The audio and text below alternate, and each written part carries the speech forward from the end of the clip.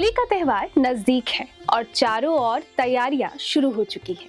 बाजारों में गुलाल, पिचकारी और मिठाइयों की रौनक दिखाई दे रही है। लेकिन इस बार लोगों के मन में सबसे बड़ा सवाल यही है कि आखिर होली किस दिन है। दरअसल होलिका दहन के दिन चंद्र ग्रहण और भद्रा का संयोग बनने से तिथि को लेकर भ्रम की स्थिति बनी हुई है।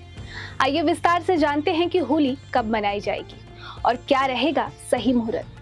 इस वर्ष समय को लेकर अलग अलग पंचांगों में थोड़ा अंतर है। वाराणसी पंचांग के अनुसार 2 मई के शाम 5:18 बजे से भद्रा लग जाएगी, जो रात्रि शेष 4:56 बजे तक रहेगी। भद्रा काल में होलिका दहन करना शुभ नहीं माना जाता, इसीलिए 4:56 बजे के बाद ही दहन किया जाएगा।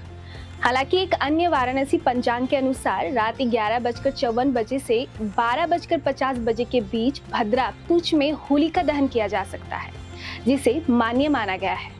वहीं मैथिली पंचांग के अनुसार भी भद्रा के कारण 5:10 बजे के बाद ही होलिका दहन करना उचित रहेगा। आसान भाषा में कहे तो इस साल होलिका दहन के दिन चंद्र ग्रहण लग रहा है। इसका समय 3 मार्च को दोपहर 3:20 से शाम 6:47 तक रहेगा। यह पूर्ण चंद्रमा ग्रहण है। इसे पूरे एशिया, ऑस्ट्रेलिया, उत्तरी व दक्षिणी अमेरिका के अलावा पैसिफिक द्वीपों में देखा जा सकता है। बता दें, होलिका दहन के लिए शुभ समय 7 बजे से रात 8:50 तक रहेगा।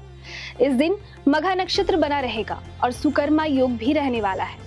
चूंकि होलिका दहन पर ग्रहण रहेगा, इसलिए आप इस तिथि पर पूजा के बाद गेहूं, दान, वस्त्र और अन्य सफेद चीजों का दान कर सकते हैं। इससे नकारात्मकताओं का प्रभाव कम होता है। वहीं 3 मार्च को सुबह 6:20 पर सूतक काल प्रारंभ होगा।